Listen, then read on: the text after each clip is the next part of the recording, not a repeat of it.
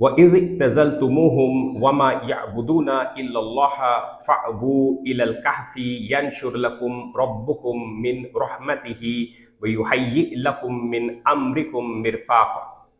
সূরাতুল কাহফি সূরা নম্বর 18 আয়াত নম্বর 16। এবং স্মরণ করো যখন তোমরা নিজেদেরকে বিচ্ছিন্ন করে নিলে তাদের থেকে। আর প্রসঙ্গক্রমে এও বলে রাখি যে অবশ্যই তারা আল্লাহ ব্যতীত কারো ইবাদত করে না, অথবা আর যা কিছু তারা ইবাদত করে আল্লাহ ব্যতীত সেসবের থেকেও।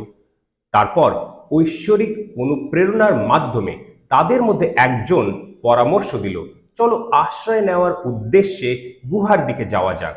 আর যদি তোমরা তা করো তোমাদের প্রভু ছড়িয়ে দেবেন বিশেষ করে তোমাদের জন্যে তার খাস রহমত, আর তিনি আরাম করার ব্যবস্থা করে দেবেন যেন বালিশের আয়েশ থাকবে, বিশেষ করে তোমাদের জন্য তোমাদের পরিস্থিতির দিকে লক্ষ্য রেখে।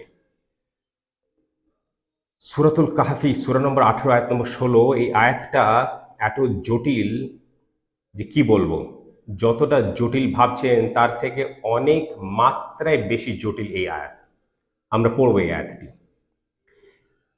ওয়া এবং ইজ যখন, স্মরণ করো কোথা থেকে আসলো, যখনই ওয়া আর ইজ পাশাপাশি থাকে তখন তার মাঝে রিমেম্বার শব্দটা আসে, স্মরণ করো ব্যাপারটা উজ্জ্ব থাকে কিন্তু আসে, তাহলে সেখান থেকে আসলো।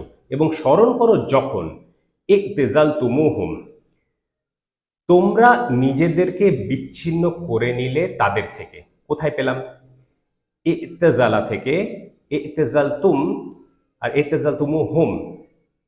তুম যেটা আছে সেটা হচ্ছে তোমরা, আর হুম যেটা আছে সেটা হচ্ছে তাদের থেকে। আর বিচ্ছিন্ন করে নেওয়ার ব্যাপারটা ইকতেজালা থেকে এসছে, তাহলে এটা প্লুরাল ফর্মে রয়েছে। তোমরা নিজেদেরকে বিচ্ছিন্ন করে নিলে তাদের থেকে, রিট্রিট বা উইথড্রওয়ালের কথা এখানে বলা হচ্ছে। ঠিক আছে, এরপরে এই যে শব্দটা আছে না ওয়ামা, এটা যে কত জটিল এর তুলনা হয় না। বোঝাবো, দুবার তিনবারে বোঝাবো।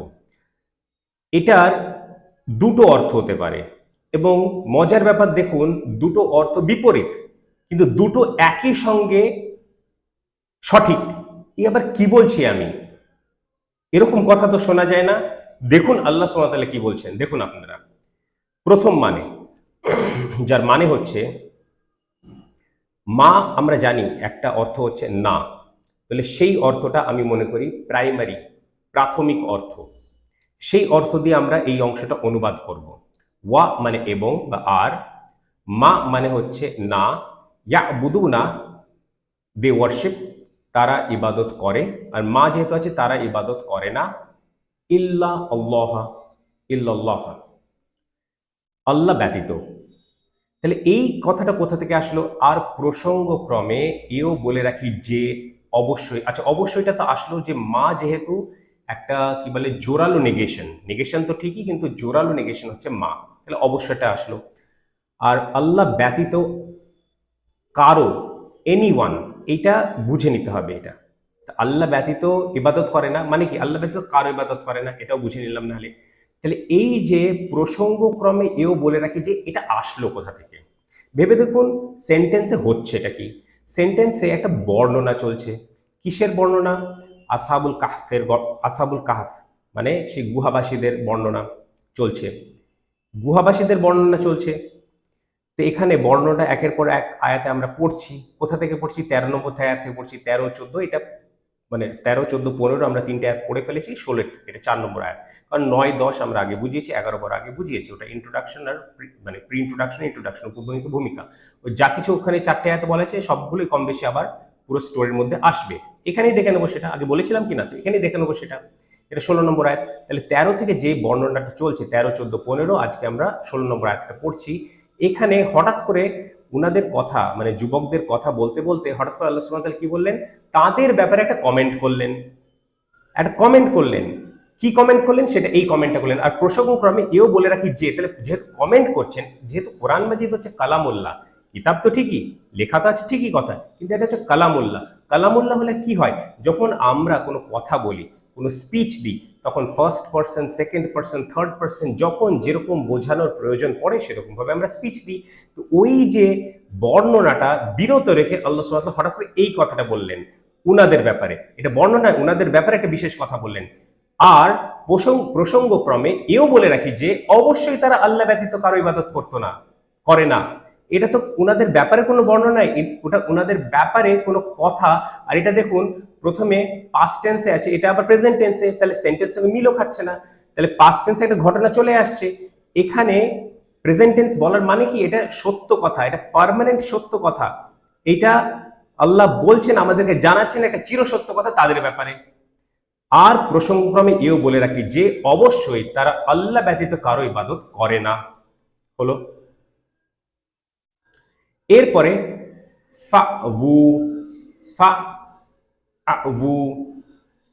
ইজ আওয়া পড়েছিলাম, ইজ আওয়াল ফিতিয়াতু, এখানে মানে ফা মানে হচ্ছে সো বা দেন, এখানে তারপর। আর আওয়া আমরা পড়েছিলাম রিট্রিট। তাহলে এখানে সেই একই কথা, এই আয়াতটা আমরা কোথায় পড়েছিলাম? ইজ আওয়াল ফিতিয়াতু ইলাল কাহফি, আমরা পড়েছিলাম আয়াত নম্বর 10-এ। তাহলে আশ্রয় নেওয়ার ব্যাপারটাও আছে, আবার যাওয়ার ব্যাপারটাও আছে। আর এখানে আবার সেই ইলাল কাহফি এসছে, দেখুন ইলাল কাহফি, ইলা আল কাহফি। তাহলে ইলাল কাহফি আমরা 10 নম্বর আয়াতে পড়েছিলাম, আর পরবর্তী আয়াতে একটা আয়াতে আমরা কি পড়েছিলাম? ফিল কাহফি। খেয়াল পড়ছে, একবার দেখে নেবেন যদি স্মরণে না থাকে। তাহলে কত সুন্দর এই আয়াত। আমি একটা জিনিস ব্র্যাকেটে লিখে রেখেছি, সেটা দিকে আমি আসছি পরে, কোথাও আমি চলে যাচ্ছি না, আমি নিজেই তো লিখেছি। এরকম অনুবাদ তো আপনারা পাবেন না, পাচ্ছেন না, দেখতে পাচ্ছি তো কেউ করতে পারেনি। তাহলে ইলাল কাহফি, এটা ফাবু ইলাল কাহফি, এটা যদি আক্ষরিক অর্থে আমাদের যদি অনুবাদ করতে হয় তাহলে হবে তারপর চলো গুহার দিকে। এটা কোনো কোনো কোনো কথা হচ্ছে না, হঠাৎ করে তারপর চলো আশ্রয় নেওয়ার জন্য, আশ্রয় নেওয়ার উদ্দেশ্যে গুহার দিকে। এটা কি কথা হলো? কে বলছে কথা? তাহলে কনটেক্সটটা শিফট হচ্ছে, চেঞ্জ হচ্ছে, প্রসঙ্গটা চেঞ্জ হচ্ছে। বুঝতে হবে কে কখন কোন কথা বলছে। এটা না বুঝতে পারলে তো প্রত্যেকটা স্টেপে আমরা হোঁচট খাবো, আর হোঁচট খাচ্ছে, লোকজন অনুবাদ করতে গিয়ে হোঁচট খাচ্ছেও। তাহলে এখানে হঠাৎ করে ফিরে এসেছেন আল্লাহ সুবহানাহু ওয়া তাআলা তাদের ব্যাপারটাই। তারা এবার নিজেদের মধ্যে কথা বলছে। তারা কি নিজেদের মধ্যে কথা বলেছে এর আগে? হ্যাঁ বলেছে তো, যে এরা কিভাবে এই কথা বলে, প্রমাণ কেন আনে না, তাদের মিথ্যা উপাস্যের বিরুদ্ধে বা সমর্থনে প্রমাণ কেন আনে না, যদি উপাসনা করছেই বা, তাহলে নিজেদের মধ্যে তারা কথা বলছে। তো সেই বর্ণনাটি তো আমরা, এটা আমি আগের দিন বলছিলাম, এটা যেন একটা ফিল্ম, একটা মুভি, একটা সিনেমা আমরা দেখতে পাচ্ছি। এই এত ভিজুয়াল পাওয়ারফুল যে ইমেজারিটা যেটা আল্লাহ সুবহানাহু ওয়া তাআলা ক্রিয়েট করেছেন না, এটা এটা এটা মানে কি বলবো, মানে এক্সেপশনাল। এটা এটা অসম্ভব ব্যাপার, এটা মানব রচনা হতেই পারে না। ফাবু ইলাল কাহফি, এখানে হঠাৎ করে হলোটা যেটা, সেটা হচ্ছে তাদের যে যে অ্যাজ ইফ আমরা সিনেমাটা দেখছি, অ্যাজ ইফ যে পাওয়ারফুল অ্যানালজি, পাওয়ারফুল কথার মধ্যে যে ফুটিয়ে তোলা হচ্ছে ব্যাপারটা এরকম। তারপর ঐশ্বরিক অনুপ্রেরণার মাধ্যমে তাদের মধ্যে একজন পরামর্শ দিল।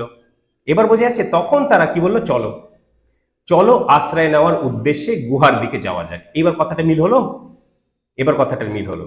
তাহলে পুরো ব্যাপারটা এটা বোঝা যাচ্ছে কথাটা থেকে, কিন্তু কথাটা কিন্তু আরবিতে ব্যবহার করার প্রয়োজন পড়ছে না। কিন্তু আমাদের বাংলা অনুবাদে ওটা যদি বাদ দিই তাহলে কিচ্ছু বোঝা সম্ভব হবে না। তাহলে এটা আমাদের লিখতে হবে, তারপর ঐশ্বরিক অনুপ্রেরণার মাধ্যমে তাদের মধ্যে একজন পরামর্শ দিল, চলো আশ্রয় নেওয়ার উদ্দেশ্যে গুহার দিকে যাওয়া যায়।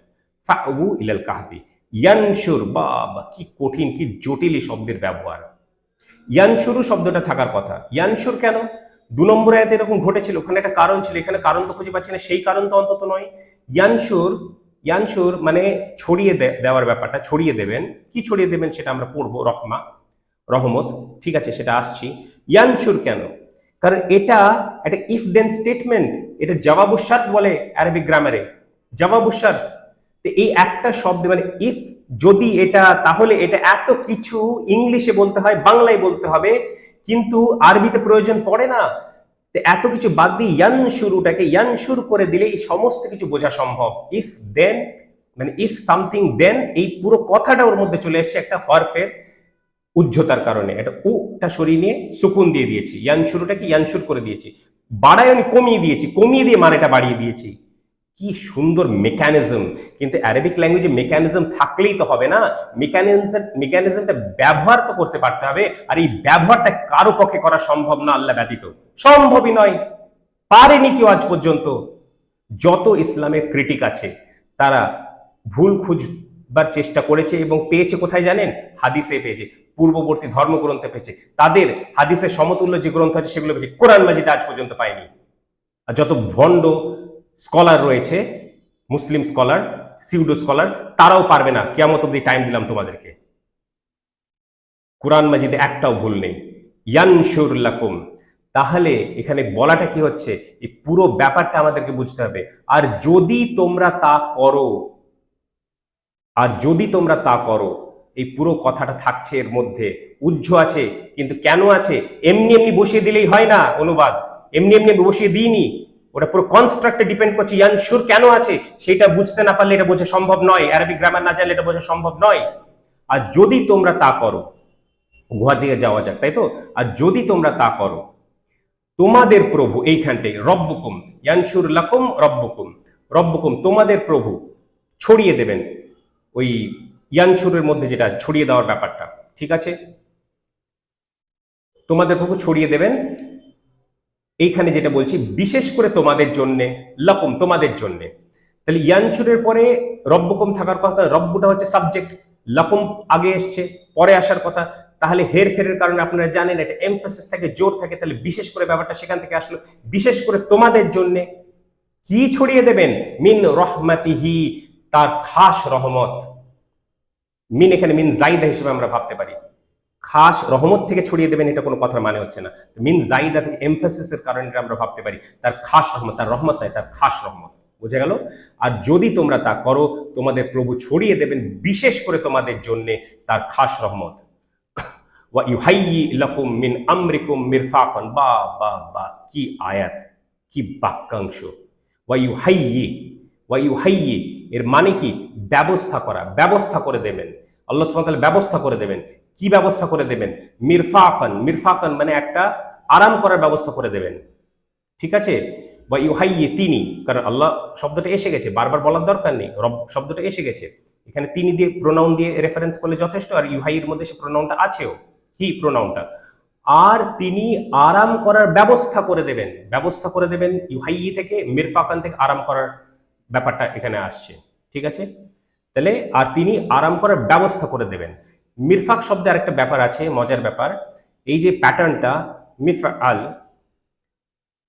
মিরফাক, মিফআল, মিফতা, এই যে প্যাটার্নটা, এই প্যাটার্নটা মানে হচ্ছে একটা সরঞ্জাম, সেই কাজটা ঘটিত করার একটা সরঞ্জাম। তো রফাকা মানে হচ্ছে একটা কি বলে আরাম। তাহলে আরামের সরঞ্জাম, আরামের একটা টুল। কিভাবে আরাম করতে পারি? বালিশ। তাহলে আবার ফর এক্সাম্পল ফাআলা, টু ডু, মিফআল তো একটা প্যাটার্নটা। ফর এক্সাম্পল ফাতাহা, ফাতাহা মানে খুলে যাওয়ার ব্যাপারটা। মিফতা যা দিয়ে খোলে, চাবি যা দিয়ে খোলা হয়। এরকম ভাবে এই প্যাটার্নটা, এটাকে বলে ইসম আলা, ইসম টুল। তো এই সেই জিনিসটা, সেই নাউনটা যেটার মধ্যে আছে, রফাকা শব্দের মধ্যে যে নাউনটা লুকিয়ে আছে, সেই নাউনটা ঘটিত করার একটা সরঞ্জাম বা টুল, একটা টুল বলা চলে, তাই তো? তাহলে যেন বালিশের আয়েস থাকবে, ঠিক আছে? পুরোটা পড়িনি, তারপর বোঝাচ্ছি। অনেক অনেক মজার ব্যাপার আছে আর জটিল ব্যাপার আছে। লাকুম মিন আমরিকুম, ঠিক আছে? বা ইউহাইয়ি লাকুম মিন আমরিকুম, বিশেষ করে তোমাদের জন্য। লাকুম বিশেষ করে তোমাদের জন্য। এই জোরটা আসলো কেন? কারণ এই ব্যাপারটা কন্টিনিউশন ইয়ানশুর থেকে চলছে, পুরো ব্যাপারটাই এমফাসাইজড ব্যাপার, ঠিক আছে? কারণ কন্টিনিউশনে চলছে, এটাও করবেন আর সেটার জন্য এটাও করবেন, বা এটাও হবে সেটার জন্য। তাহলে বিশেষ করে তোমাদের জন্য কি করবেন? মিন আমরিকুম, তোমাদের পরিস্থিতির দিকে লক্ষ্য রেখে, তোমাদের জন্য তোমাদের পরিস্থিতির লক্ষ্য রেখে উনি কি করেছেন? উনি আরাম করার ব্যবস্থা করে দেবেন, যেন বালিশের আয়েশ থাকবে সেখানে। আর কথাগুলো হচ্ছে কোথায়? তারা যাবে কোথায়? গুহা, গুহার মধ্যে কিসের আরাম আর কিসের আয়েশ? কিন্তু যেন একটা বালিশের ব্যবস্থা, একটা লাক্সারি এরকম ভাবে। আর ৩০০ বছরের ঘুম যদি কেউ পায়, ওর থেকে আরামের আর কি হতে পারে? আমরা সেটা পাবো না, পেলে ভালো হতো, কিন্তু পাবো না, কারণ সময় আর নেই, অতটা বাকি নেই, ঠিক আছে? আখিরুজ্জামানে আমরা বসবাস করছি। আমরা ওপরের দিকে একটা জিনিস ব্র্যাকেটের মধ্যে ছিল, বাদ দিয়েছিলাম। আমি বলেছিলাম মা মানে না প্রাইমারি মিনিং হিসেবে, সেটা আমি ব্যাখ্যা করেছিলাম, যেটা আল্লাহ সুবহানাহু ওয়া তাআলা ওদের ব্যাপারে, ওই যুবকদের ব্যাপারে, গুহবাসীদের ব্যাপারে একটা কথা বললেন, মানে সাবাসীদের একটা কথা বললেন। আর জেনে রাখো এই ব্যাপারটাও, উনাদের ব্যাপারে, এটাতে তো ফিল্মে বোঝা সম্ভব নয়, এটা একটা যেটাকে বলে ব্যাকগ্রাউন্ড ন্যারেশন, ফিল্মের মধ্যে অনেক সময় ব্যাকগ্রাউন্ড ন্যারেশন হয়, সেই ব্যাকগ্রাউন্ড ন্যারেশন দিচ্ছেন আল্লাহ সুবহানাহু ওয়া তাআলা। আর দিচ্ছেনটা কাদের ব্যাপারে, এর মাহাত্ম্যটা, গুরুত্বটা বুঝতে হবে আমাদেরকে, ঠিক আছে। সেকেন্ড মিনিং, চলো তাহলে মা মানে নেগেটিভ হলো। এবার পজিটিভ দিকটাও দেখে নিই, মা মানে কি হয়, হোয়াট বা হোয়াট এভার, দেখি সেটা দিয়ে কি মিনিং দাঁড়ায়। ওয়া মানে এবং, অথবাটা দিয়েছি মানে এটাও হতে পারে বা এটাও হতে পারে সেই হিসেবে, অথবা এই মিনিংটা হতে পারে, কি হতে পারে, আর মা মানে যা কিছু ইয়াবুদুনা তারা ইবাদত করে আল্লাহ ব্যতীত, ইল্লাল্লাহ আল্লাহ ব্যতীত, সেসবের থেকেও। তাহলে এখানে এইভাবে যদি এটাকে ভাবতে হয়, তাহলে আগের ব্যাপারটা থেকে তারা কিসে থেকে নিজেদেরকে বিচ্ছিন্ন করেছিল সেইটা বুঝতে হবে। এবং স্মরণ করো যখন তোমরা নিজেদেরকে বিচ্ছিন্ন করে নিলে তাদের থেকে, আর যা কিছু তারা ইবাদত করে আল্লাহ ব্যতীত তার থেকেও, সেসবের থেকেও, মানে সেই সমস্ত লোকের থেকে এবং সেই সমস্ত মিথ্যা উপাস্যের থেকে, সবকিছু থেকে তোমরা নিজেদেরকে বিচ্ছিন্ন করে নিলে। বোঝা গেল? তাহলে নেগেটিভটাও কারেক্ট, পজিটিভটা কারেক্ট, এরকম সেন্টেন্স কেউ তৈরি করে দেখা, 1400 বছরে গেছে, কেউ পারেনি, কেউ পারবে না, ফালতু কথা বলতে থাকবে। ভণ্ড মুসলিম আলিমগুলো যারা নিজেদেরকে আলিম বলে, পারবে না, ফালতু কথা বলতে থাকবে। আল্লাহ নূর না দিলে এগুলো বোঝা সম্ভব নয়। পজিটিভ নেগেটিভ দুটো মিনিং হতে পারে, দুটোই একই সঙ্গে দুটোই কারেক্ট, এরকম সেন্টেন্স তৈরি করা মানুষের পক্ষে সম্ভব নয়, পসিবল নয়। এটা আল্লাহ ব্যতীত অন্য কারো কালাম হতে পারে না, এটা প্রমাণ। এইগুলো হচ্ছে প্রমাণ। তোমরা বুঝতে পারোনি তো আমার কিছু করার নেই, আমার দোষ নয়, এটা তোমাদের দোষ। তাহলে বোঝাতে পারলাম যে কি গভীর তথ্য এর মধ্যে লুকিয়ে রয়েছে। এসব অ্যাপ্রিসিয়েট করতে পারাটা আল্লাহর রহমত, আল্লাহর নূর না থাকলে এটা সম্ভব নয়। তাহলে দুটো মিনিং একই সঙ্গে প্রযোজ্য। আরেকবার দেখুন, সেকেন্ডারি মিনিংটা এখন বোঝালাম, এটা আরেকবার পড়ছি। এবং স্মরণ করো যখন তোমরা নিজেদেরকে বিচ্ছিন্ন করে নিলে তাদের থেকে, আর যা কিছু তারা ইবাদত করে আল্লাহ ব্যতীত সেসবের থেকেও, সব কিছুর থেকে তোমরা নিজেদেরকে বিচ্ছিন্ন করলে, সেই লোকজন থেকেও, সে মিথ্যা উপাস্য থেকেও, সবকিছু থেকে নিজেদেরকে বিচ্ছিন্ন করে। মিনিংটা কারেক্ট। আর নেগেটিভলি দেখতে গেলে, মানে নেগেটিভ সেন্টেন্স তো না, মায় মিনিং যেখানে নেগেটিভ না, সেখানে আগেই পড়েছিলাম যেটা প্রাইমারি মিনিং। এবং স্মরণ করো যখন তোমরা নিজেদেরকে বিচ্ছিন্ন করে নিলে তাদের থেকে, আর প্রসঙ্গক্রমে এও বলে রাখি যে অবশ্যই তারা আল্লাহ ব্যতীত কারো ইবাদত করে না। বোঝা গেল? দুটোই একই সঙ্গে সঠিক। এরকম ভাবে সেন্টেন্স কনস্ট্রাক্ট করার ক্যাপাবিলিটি মানুষের পসিবল, হিউম্যান পসিবিলিটির মধ্যে এটা পড়ে, হিউম্যান ক্যাপাবিলিটির মধ্যে পড়ে। মানুষ পারবে এটা, সে যেই হোক, সে সাধারণ মানুষ হোক, আলিম হোক, জালিম হোক, নবী হোক না কেন, কারো পক্ষে সম্ভব না। এটা আল্লাহ ব্যতীত কারো পক্ষে সম্ভব না এভাবে রচনা করা। একই সঙ্গে পজিটিভ নেগেটিভ দুটো মিনিং উভয় একই সঙ্গে সাইমালটেনিয়াসলি কারেক্ট, আর দুটো মিনিং অ্যাপ্লিকেবল। কি এটা এটা এটা মিরাকল। এই একটা আয়াত, বাকি সব আয়াত বাদ দিন, একটা আয়াত যথেষ্ট প্রমাণ করার জন্য যেটা আল্লাহর কালাম। বাকি বাদ দিন, প্রত্যেকটা আয়াতই আল্লাহর নিদর্শন, ঠিকই আছে, প্রত্যেকটা আয়াতই আল্লাহর আয়াত ভার্স, আয়াত মানে নিদর্শন। কিন্তু এই একটা আয়াত প্রমাণ করছে যেটা আল্লাহর কালাম। শুধু হাবি জাবি ফালতু ভুলভাল কথা বললেই চলবে নাকি? তো যখন আবার আমরা কন্টিনিউশনে পড়বো, তাহলে মিরফাকের ব্যাপারটা বললাম, এই ব্যাপারটা বললাম। তাহলে আচ্ছা, আরেকটা জিনিস, ইন্টারেস্টিং জিনিস, কত জিনিস এর মধ্যে লুকিয়ে আছে আল্লাহ ব্যতীত। তাহলে আল্লাহ ব্যতীত যে সমস্ত মিথ্যা উপাস্যের উপাসনা তারা করত, তাদের থেকে তোমরা নিজেদেরকে বিচ্ছিন্ন করলে, তার মানে কি বোঝা গেল? ওরা সেই মুশরিক যে কওমটা ছিল সেই সময়, সেই যুগের, তারা আল্লাহকে উপাসনা করত, আর আল্লাহ ছাড়া অন্যদের উপাসনা করত। মক্কায় যেটা ঘটেছিল বহু পরে, এটা তো অনেক আগেকার ঘটনা। আল্লাহও আছে, বাকি উপাস্যও আছে, চলবে না, শিরক চলবে না। তো আল্লাহ, সেই জন্য বলছে আল্লাহ ব্যতীত সেসবের থেকেও, মানে আল্লাহকে তো ওরা উপাসনা করতো, সেটাকে তোমরা বাদ দাওনি, আর শুধুমাত্র সেটাকে আঁকড়ে ধরে রেখেছো, তাওহীদকে আঁকড়ে ধরে রেখেছো, শিরককে বাদ দিয়েছো। এটাও জানা গেল একটা। এই তথ্যগুলো এত গভীরভাবে মানে লুকিয়ে আছে, কিন্তু লুকিয়ে নেই, সবকিছুই পরিষ্কার, সবকিছুই পরিষ্কার। কিন্তু আপনারা বাংলা অনুবাদ খুলে দেখে নিন, যত বাংলা অনুবাদ আছে আজ পর্যন্ত সব কটা খুলে দেখে নিন, একটা তো এইভাবে ব্যাখ্যা পাবেন না আপনারা। দেখতে পাচ্ছি তো, এটা বলার কি আছে, দেখতে পাচ্ছি তো, নেই, নেই তো, কথা শেষ, কি কথা বাড়াবো? তাহলে কিন্তু যখন আমরা আবার পড়বো, যেহেতু ব্র্যাকেটটা আছে না, এটা বোঝাটা সহজ হবে না, কিন্তু ব্র্যাকেটটা দেওয়া দরকার। কেন আমি বোঝাতে পেরেছি। আর এই দুটোর মধ্যে একটা আমি প্রাথমিক, একটা মানে সেকেন্ডারি কেন বললাম, প্রাথমিক আর একটা দ্বিতীয় কেন বললাম, কারণ জোর কথাটা কোনটাতে, স্পিচে যে ন্যাচারাল টেন্ডেন্সি হয় সেটা প্রথমটাতে ফুটে ওঠে বেশি। একটা আল্লাহ বর্ণনা করছে, একটা আল্লাহ হঠাৎ করে মানে ফিল্মটা থামিয়ে, সিনেমাটা থামিয়ে ওদের ব্যাপারে বাহবা দিচ্ছেন, ওদের ব্যাপারে দৃষ্টি আকর্ষণ করছেন আমাদের, দেখো ওদের যে ইমানের কতটা মজবুতি ছিল সেটা দেখো, আমরা করেছিলাম, বেঁধেছিলাম হৃদয়, সব পড়েছি আমরা। এই তো ছিল আয়াত। কি সহজ আয়াত, কি জটিল আয়াত? জটিলতর আয়াতগুলোর মধ্যে একটা এটা কোরআন মাজিদে। কিন্তু কি সুন্দর, কি বিউটিফুল, এত সুন্দর আয়াত হয়। হ্যাঁ, মিরাকল এগুলো এক একটা।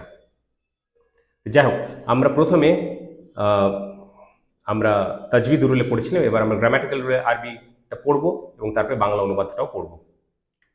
ওয়া ইজ ইতাজালতুমুহুম ওয়া মা ইয়াবুদুনা ইল্লা আল্লাহ ফা'বু ফা'আবু ইলা আল কাহফি ইয়ানশুর লাকুম রব্বুকুম মিন রহমাতিহি ওয়া ইউহাইয়ি লাকুম মিন আমরিকুম মিরফাকান। আরেকবার পড়ি। ওই যেটা ফা'বু একসঙ্গে আছে বলে ফা'বু পড়া হয়, আওয়া ইজ আওয়া ছিল না, তাহলে ফা আবু এরকম পড়া যেতে পারে, মানে ঠিক নয় কিন্তু এটা পড়া যেতে পারে, ব্যাপারটা ওরকমই দাঁড়াচ্ছে। ওয়া ইজ ইতাজালতুমুহুম ওয়া মা ইয়াবুদুনা ইল্লা আল্লাহ ফাআবু ইলা আল কাহফি ইয়ানশুর লাকুম রব্বুকুম মিন রহমাতিহি ওয়া ইউহাইয়ি লাকুম মিন আমরিকুম মিরফাকান। এবং স্মরণ করো যখন তোমরা নিজেদেরকে বিচ্ছিন্ন করে নিলে তাদের থেকে, আর প্রসঙ্গক্রমে এও বলে রাখি যে অবশ্যই তারা আল্লাহ ব্যতীত কারো ইবাদত করে না, অথবা আর যা কিছু তারা ইবাদত করে আল্লাহ ব্যতীত সেসবের থেকেও। তারপর ঐশ্বরিক অনুপ্রেরণার মাধ্যমে তাদের মধ্যে একজন পরামর্শ দিল, চলো আশ্রয় নেওয়ার উদ্দেশ্যে গুহার দিকে যাওয়া যাক। আর যদি তোমরা তা করো, তোমাদের প্রভু ছড়িয়ে দেবেন বিশেষ করে তোমাদের জন্য তার খাস রহমত, আর তিনি আরাম করার ব্যবস্থা করে দেবেন যেন বালিশের আয়েশ থাকবে, বিশেষ করে তোমাদের জন্য তোমাদের পরিস্থিতির দিকে লক্ষ্য রেখে। এটা আরো দুবার বা তিনবার আমরা পড়বো, কারণ এই ব্রেকটা হয়ে যাচ্ছে না, ওখানে ব্যাপারটা জড়িয়ে যাচ্ছে ব্যাপারটা। এবং স্মরণ করো যখন তোমরা নিজেদেরকে বিচ্ছিন্ন করে নিলে তাদের থেকে, আর প্রসঙ্গক্রমে এও বলে রাখি যে অবশ্যই তারা আল্লাহ ব্যতীত কারো ইবাদত করতো না। তারপর ঐশ্বরিক অনুপ্রেরণার মাধ্যমে তাদের মধ্যে একজন পরামর্শ দিল, এটা চলতে থাকলো। দ্বিতীয়টা প্রথমটা বাদ দিয়ে পড়বে এবার। এবং স্মরণ করো যখন তোমরা নিজেদেরকে বিচ্ছিন্ন করে নিলে তাদের থেকে, আর যা কিছু তারা ইবাদত করে আল্লাহ ব্যতীত সেসবের থেকেও। তারপর ঐশ্বরিক অনুপ্রেরণার মাধ্যমে তাদের মধ্যে একজন পরামর্শ দিল, চলতে থাকলো। আরেকবার পড়ে নি। এবং স্মরণ করো যখন, আচ্ছা বলে রাখি, এই যে শেষবার পড়বো ইনশাল্লাহ, দরকার হলে আবার পড়বো। তো এই যেহেতু দুটো জিনিস একসঙ্গে পড়বো, ব্যাপারটা ক্লিয়ার হবে না, ক্লিয়ার করার জন্য এটা বারবার বারবার আমি বোঝালাম, ঠিক আছে? এবং স্মরণ করো যখন তোমরা নিজেদেরকে বিচ্ছিন্ন করে নিলে তাদের থেকে, আর প্রসঙ্গক্রমে এও বলে রাখি যে অবশ্যই তারা আল্লাহ ব্যতীত কারো ইবাদত করে না, অথবা আর যা কিছু তারা ইবাদত করে আল্লাহ ব্যতীত সেসবের থেকেও। তারপর ঐশ্বরিক অনুপ্রেরণার মাধ্যমে তাদের মধ্যে একজন পরামর্শ দিল, চলো আশ্রয় নেওয়ার উদ্দেশ্যে গুহার দিকে যাওয়া যাক।